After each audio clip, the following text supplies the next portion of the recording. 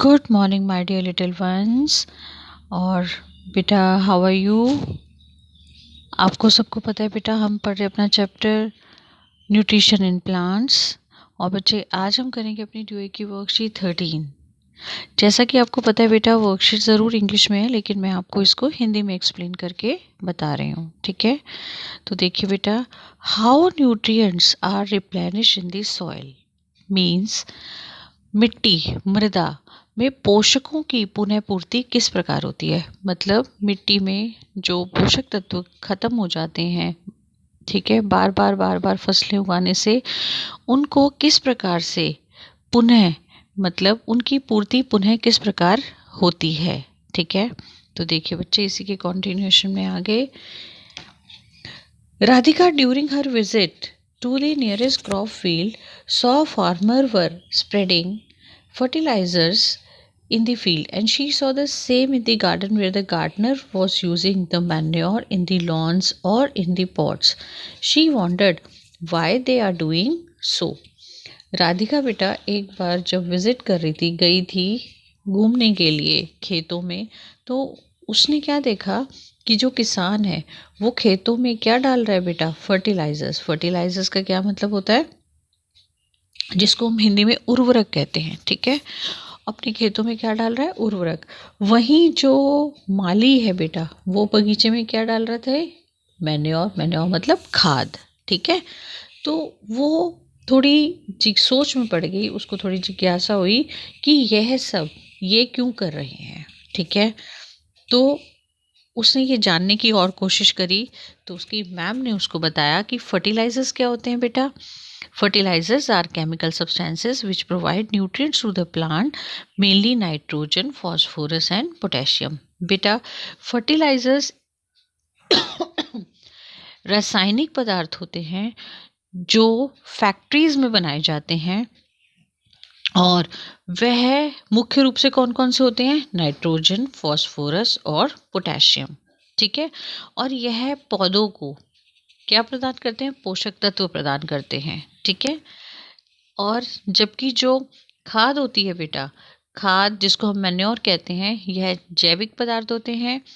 और पौधों के अवशेष, जैसे पौधों और पशुओं के अवशेष, जैसे आपकी पत्तियां सूख जाती हैं बेटा, तो ये क्या है, एक तरीके से पौधों के अवशेष है। तो यह पौधों और जंतुओं के अवशेष या पशुओं के गोबर से प्राप्त किया जाता है, ठीक है। और यह भी पौधों को क्या प्रदान करता है, पोषक तत्व। तो मैन्योर आर ऑर्गेनिक मतलब जैविक substance which are obtain from decaying plant or animals, or decaying plants or animal excreta। Okay, animal excreta मतलब एनिमल्स के वेस्ट से और प्लांट्स की डिकेइंग से ये न्यूट्रिएंट्स बनते हैं, ये मैन्योर बनती है, ठीक है, खाद बनती है। उसके बाद देखिए बेटा, plant absorb minerals nutrients from the soil for their growth and good health. जो प्लांट्स हैं वो सॉइल से, मिट्टी से क्या एब्जॉर्ब करते हैं, nutrients for their growth and good health, ठीक है। मिट्टी से ये लोग प्लांट जो हैं, पौधे जो हैं, वो अपनी अच्छी वृद्धि के लिए क्या अवशोषित करते हैं, खनिज पोषक तत्व, ठीक है, खनिज लवण और पोषक तत्व। और इससे मृदा में बेटा, इससे so the amount of nutrient keep decreasing in the soil, इससे बेटा मिट्टी में इन पोषक तत्वों की क्या होती जाती है, कमी होती जाती है। तो fertilizers and manure containing plant nutrients such as nitrogen, potassium, phosphorus, okay, these nutrients need to be added from time to time to enrich the soil। क्योंकि बेटा इनकी कमी हो जाती है, और यही मेन पोषक तत्व हैं जो प्लांट्स की ग्रोथ के लिए, वृद्धि के लिए सहायक होते हैं। अगर इनकी कमी होगी तो प्लांट कैसे ग्रो करेगा, ठीक है।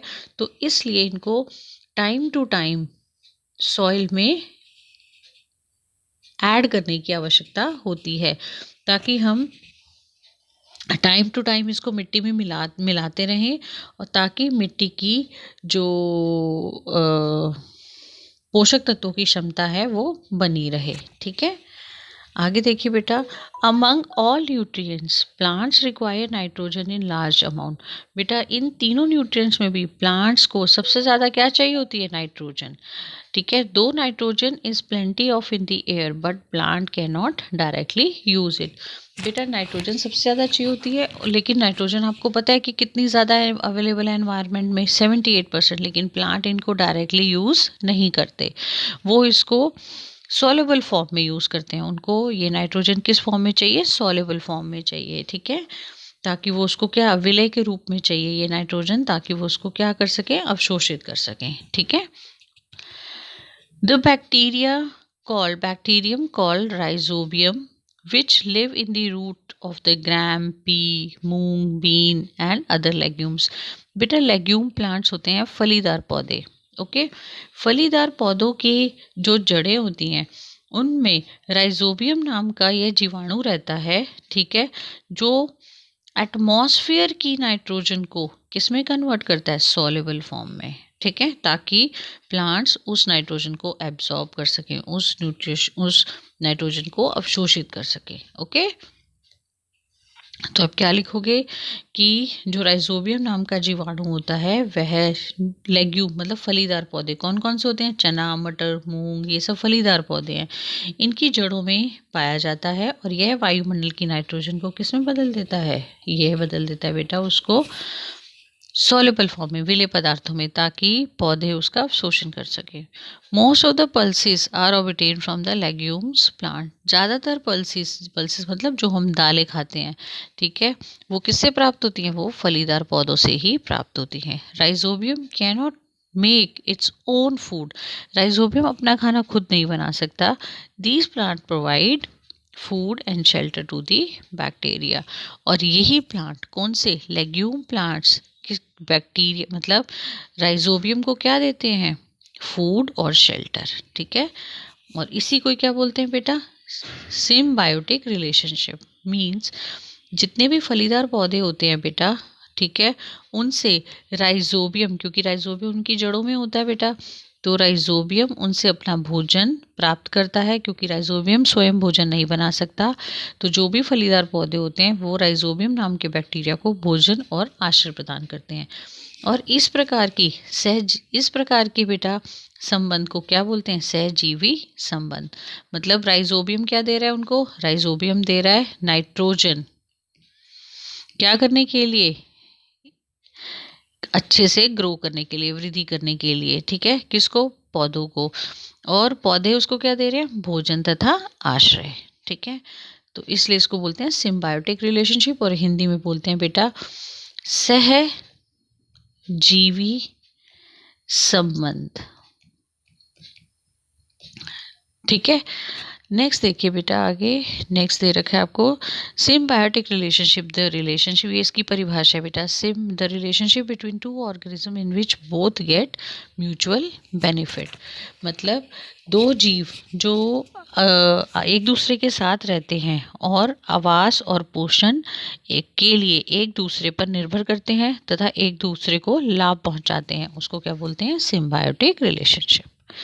तो बच्चे आगे आइए क्वेश्चन आंसर्स देख लेते हैं। Write the difference between fertilizers and manure. तो बेटा ये आप लिखेंगे। ठीक है, ये इसका एग्जाम्पल क्या है, एनिमल एक्सक्रीटा, जिसको आप क्या कह सकते हैं, गोबर एंड ऑल। और ये बच्चे, ये इसका क्या एग्जाम्पल है, नाइट्रोजन, पोटेशियम एंड फॉस्फोरस। ये आपका, ये बच्चे केमिकल सब्सटेंस होता है, ये नेचुरल होता है, ये फैक्ट्रीज में प्रिपेयर होता है। ठीक है, by the using of chemical substances. ये आपका ऑर्गेनिक सब्सटेंसेस से बनता है, और ये इसके क्या है, एग्जाम्पल। ठीक है, तो ये लिखेंगे आप इसका आंसर, फर्स्ट का आंसर है ये आपका। ठीक है, सेकेंड देखिए, the 3 main nutrients for the plants are. 3 main nutrient कौन कौन से है बेटा, नाइट्रोजन, फॉस्फोरस एंड पोटेशियम। ये 3 न्यूट्रिएंट्स हैं, आप इसको यहाँ से भी लिख सकते हैं, बेटर रहेगा, नाइट्रोजन, पोटेशियम एंड फॉस्फोरस। ठीक है बेटा, हिंदी में भी यही कहते हैं, nitrogen, phosphorus and potassium. Third देखिए, व्हाट इज सिम्बायोटिक रिलेशनशिप। बेटा सिम्बायोटिक रिलेशनशिप की ये डेफिनेशन है, ठीक है, और आप इसका ये एग्जाम्पल दे सकते हैं साथ में। तो ये आपका किसका आंसर हो जाएगा, ये आपका आंसर हो जाएगा थर्ड का, ठीक है। नेक्स्ट देखिए, मतलब जिसको हम क्या कहते हैं हिंदी में, सहजीवी संबंध। Why do plant need fertilizers and manure. बेटा इसका आंसर आप यहाँ से दे सकते हैं, plant absorb minerals from the soil for their growth and good health. So the amount of these nutrients keep on decreasing in the soil.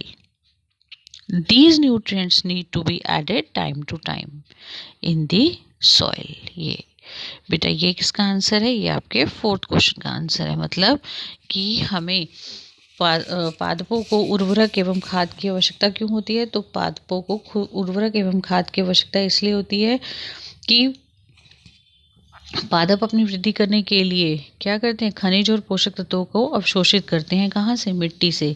तो मिट्टी में इनकी मात्रा लगातार कम होती चली जाती है। तो भूमि में पोषक तत्वों की मात्रा की पुनः पूर्ति के लिए हमें क्या मिलाना पड़ता है, इसमें उर्वरक और खाद मिलाने पड़ते हैं, ठीक है। तो बेटे ये थी आज की आपकी वर्कशीट। उम्मीद करती हूँ आपको अच्छे से समझ आई होगी, और अगर समझ आई है तो वीडियो को लाइक करो, शेयर करो, चैनल को सब्सक्राइब करो, और बेटा वीडियो हमेशा लास्ट तक देखा कीजिए, सो दैट आप क्वेश्चन आंसर्स आराम से कर सकें और वर्कशीट को अच्छे से अंडरस्टैंड कर सकें, ताकि इससे कुछ भी रिलेटेड क्वेश्चन आए तो आप उसको अटेम्प्ट कर सकें। Okay, take care students, bye bye, happy Diwali.